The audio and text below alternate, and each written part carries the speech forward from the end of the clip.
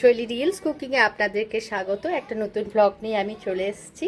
আমি স্নান টান করে এখন বেলাতেই স্নান করলাম, কারণ আপনারা জানেন আমি সকালে স্নান করি, কিন্তু যেহেতু মা এসছে, মা পুজো আর্চা সব করে দিচ্ছে, সেই জন্য আমি একটু বেলা করে ঘুমতে করছি, কারণ একা থাকলে আমার প্রচণ্ড চাপ যায়।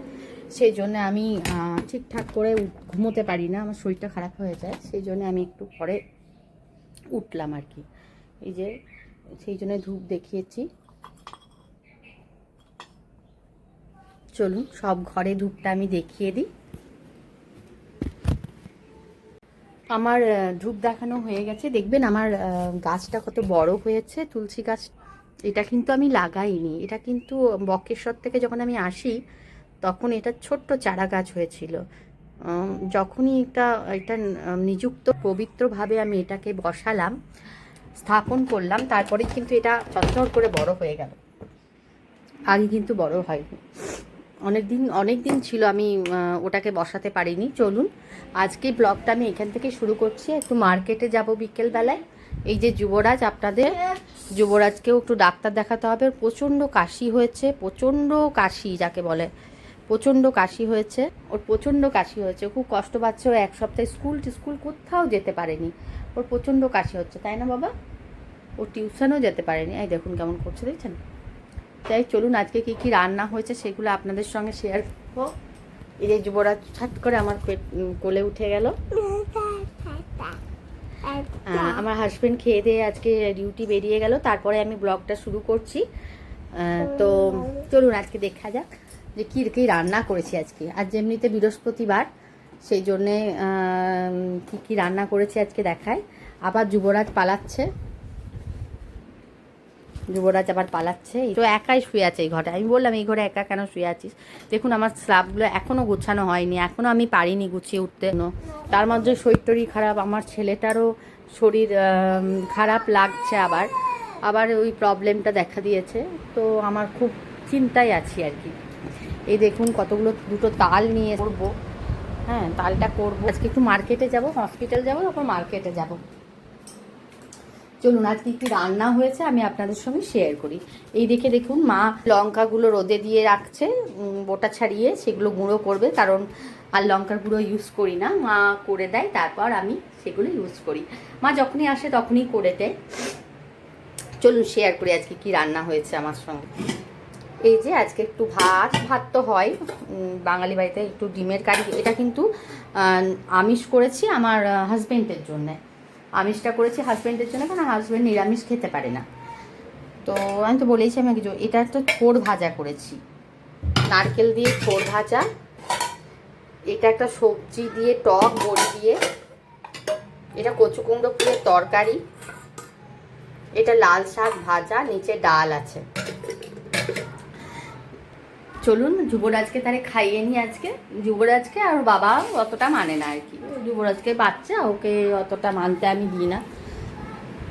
তো যুবরাজের এখন রেগুলার নেবুলাইজার চলছে, তো এই জন্যে খুব ডিস্টার্ব আছি, আমার ব্লগ করা হচ্ছে না। তো আমার ছেলে আবার স্কুল শুরু করেছে, বড় ছেলে স্কুল শুরু করেছে, তবে একটু শরীরটা খারাপ আছে বলে যেতে পারিনি আজকে। বলছি না, এই সপ্তাহটা পুরো শরীর অসুস্থতায় সবাই মিলে ভুগছি, জানেন তো, খুব কষ্ট হচ্ছে। তো বাবা মা আছে, বাবা মা নেক্সট উইকে চলে যাবে, কারণ আমাদের সেই পান্থপালা আছে, পান্থপালার রীতিগুলো করবে, কারণ মা সব রীতি করতে পছন্দ করে। তো চলুন আজকে আমি যুবরাজকে খাইয়ে নিই। চলুন, আমার লাঞ্চ হয়ে গেছে, খাওয়া দাওয়া করে নিয়েছি। তারপরে দেখছি দুটো পার্সেল এলো মিশো থেকে, কি এসছে যাই না, অর্ডার দিয়ে নিজেই ভুলে যায়। দেখি কেটে দেখি কি হচ্ছে। আজকে সবজি দেওয়া ঝোলটা খুব ভালো হয়েছিল। ঝোল বলছি, সবজি দেওয়া টকটা, কারণ আগের বারে বর্ণালী কাকিমা বলেছিল ভাজা গুঁড়ো দিতে, আমি এবারে ভাজা গুঁড়ো দিয়েছি। থ্যাংক ইউ বর্ণালী কাকিমা অ্যাডভাইস দেওয়ার জন্য।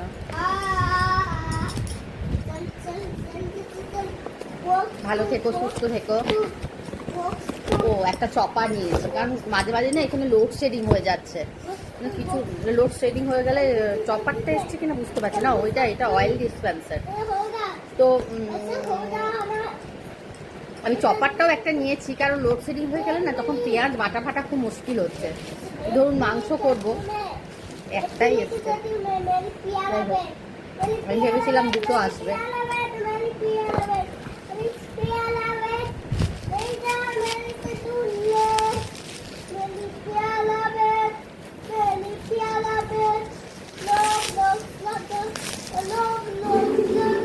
দেখছেন যুবরাজের আওয়াজ শুনতে পাচ্ছেন? যুবরাজ নিজে নিজে বসে বসে নিজের মনে বকছে আর গেম খেলছে।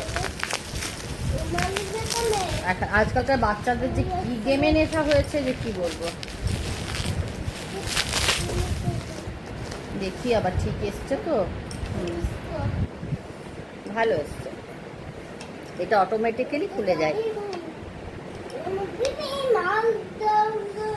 দেখি এটা একটা ওয়াশার আছে।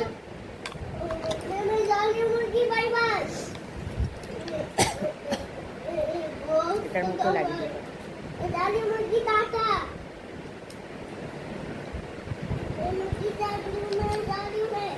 যে ওয়াশারটা লাগিয়ে দিলাম।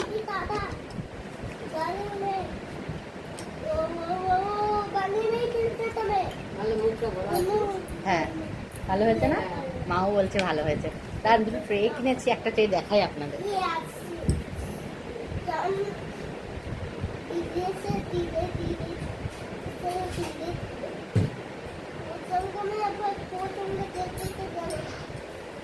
আমি ভেবেছিলাম দুটো আসবে, কিন্তু একটাই এসছে দেখছি।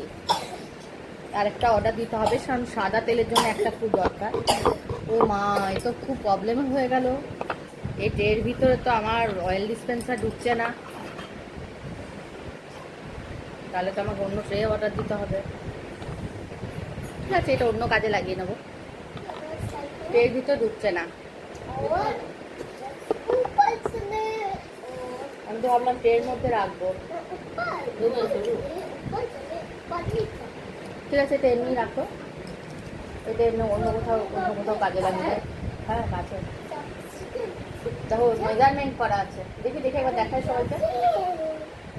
দেখুন মেজারমেন্টও করা আছে, দেখুন মেজারমেন্ট করা আছে।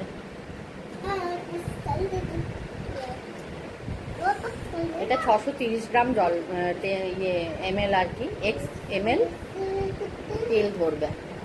তাহলে একটা আন্দাজ হবে কতটা খরচা হলো না হলো। দেখি একটা অন্য ট্রে অর্ডার দেবো, আর আরেকটা এরকম অর্ডার দেবো, কারণ শুধু তো সর্ষের তেল দিলে হবে না, সাদা তেলের জন্যও চাই। বাবান এটা রেখে দিয়েছো তো ওখানে, মাসিকে বলবে ফেলে দিতে। ওই গ্যাসের ওখানে, গ্যাসের ওখানে, ওইখানে ওখানে দরজার কাছে দেখো একটা পেটি আছে, ওকে দিয়ে কাজ করানো, ওর থেকে আমি নিজে রেখে দিলে ভালো হতো। দেখি এটা মনে হয় চপারটা এসছে। আমার তেলটা থাকে নিচে, এবার বারবার নিচু হয়ে হয়ে তেল নিতে খুব কষ্ট হয়, সেই জন্য অয়েল ডিসপেন্সার একটা নিলাম। তাহলে একটা ট্রে, বড় ট্রে নিতে হবে আমাকে। দেখি ঠিক আছে কিনা, তারপর বক্সটা ফেলবো। এটা একটা চপার নিয়েছি, আর মোমো টোমো করার সময় না ক্যাবেজ ট্যাবেজ দিলে খুব সার্ফ আছে। ক্যাবেজ ট্যাবেজ দিলে সব কিছু একসঙ্গে দিলে চপ হয়ে যায় ভালো। আর পেঁয়াজ রসুন এটাতেই চপ করা যাবে, যে মিক্সিটা নিরামিষের জন্য কাজে লাগাবো, তাই না মা? এটা মনে হয় এটা এরকম করে লাগিয়ে দিতে হয়। এটা এটা মনে হয় লক। ও হো, এই দেখুন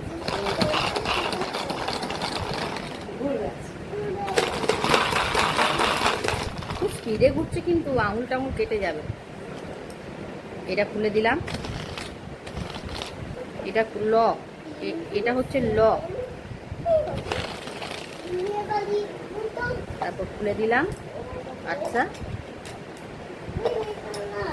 এটা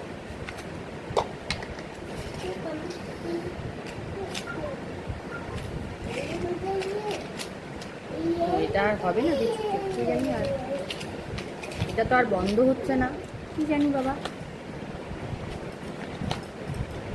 হ্যাঁ এটা বন্ধ হয়েছে। এরকম ভাবে রেখে দিতে হবে। এখানে তালার চিহ্ন দেয়া আছে, লক হয়ে যাবে, এটা লক খোলা। চলুন, আমার তাহলে চপারও হয়ে গেল। এই একটা চপার নিয়েছি, এবার একটু রেস্ট নেব, রেস্ট নিয়ে বিকেলে মেডিকেল যাব এবং মার্কেট যাব। চলুন, টাটা।